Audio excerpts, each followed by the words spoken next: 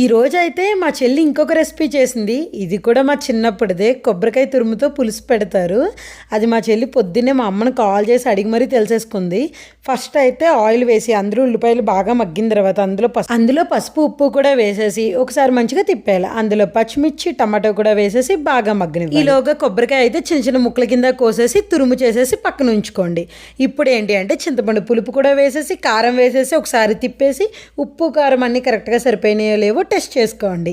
ఇప్పుడు బాగా మరుగుతున్నప్పుడు కొంచెం దగ్గరికి వచ్చిన తర్వాత కొబ్బరి తురుము కూడా వేసేసి ఇంకొకసారి అయితే తిప్పేసి ఒక 8 నిమిషాలు అయితే ఉడకనివ్వండి. ఇప్పుడు కర్రీ అలా ఉడుకుతున్నప్పుడు కొత్తిమీర కూడా వేసేసుకుని కొంచెం నూనె పైకి తేలిన తర్వాత దించేసుకుంటే మన కొబ్బరి పులుసు అయితే రెడీ అయిపోయింది.